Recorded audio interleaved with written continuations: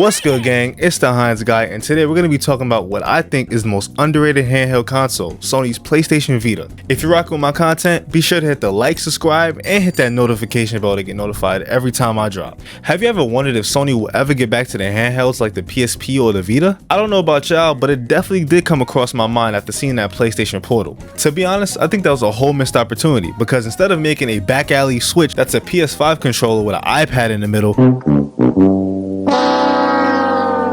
they could have made a whole PS Vita too. Speaking of which, recently I've been seeing a lot of people talk about the Vita. I'm really glad that people are starting to realize that the Vita isn't just a failed attempt at being the PSP's successor. There's so much untapped potential that I wish Sony had unlocked. The Vita was released 11 years ago, but when you really think about it, it really was ahead of its time. If you didn't know, the Vita came out on February 15th, 2012. Graphically and hardware-wise, the 3DS was not touching the Vita. The Vita's packing standard face buttons, LR buttons, and a D-pad that feels weird. A touchscreen, a back touchscreen which pretty much acts like the L2, R2 buttons, a home button, a rear and front facing camera, and dual analog sticks, which in my opinion is the biggest improvement since the PSP. Also, the Vita has an OLED screen which gives off the most crisp and colorful visuals. When it comes to the games, there are some great titles available, but I will say this thing is a JRPG powerhouse. Listen, if you want some great games to play, I got y'all. Here's a list of 3 good games that I recommend. The first one being Soul Sacrifice Delta, which is a dark magic action RPG that has a Monster Hunter-like formula. I never got a chance to beat it, but I will say the story was hella interesting.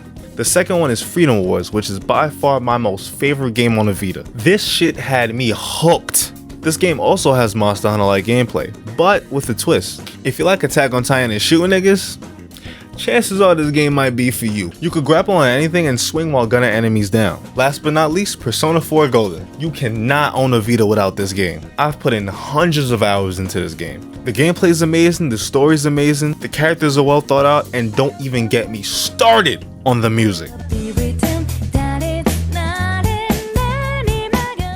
There are too many bangers in this game. I've caught myself multiple times during missions just sitting listening to the music. I know as of recently Golden came out on the consoles and PC, but if you want to play this on the go or you want to own a Vita, you need this game. Aside from the games, did you know that this console is easily moddable? I hope you didn't think I was going to tell you how to mod, cause I'm gonna be honest, I don't want no smoke with Sony. Previously, you had to jump through hoops to get the Vita hacked, but now you don't even need a computer. All you need is the Vita itself. Once you've modded your Vita, you now have access to PKGJ, which is an app that has the whole Vita and PSP library at your disposal. You can even download an app called Adrenaline, which basically turns your Vita into a PSP.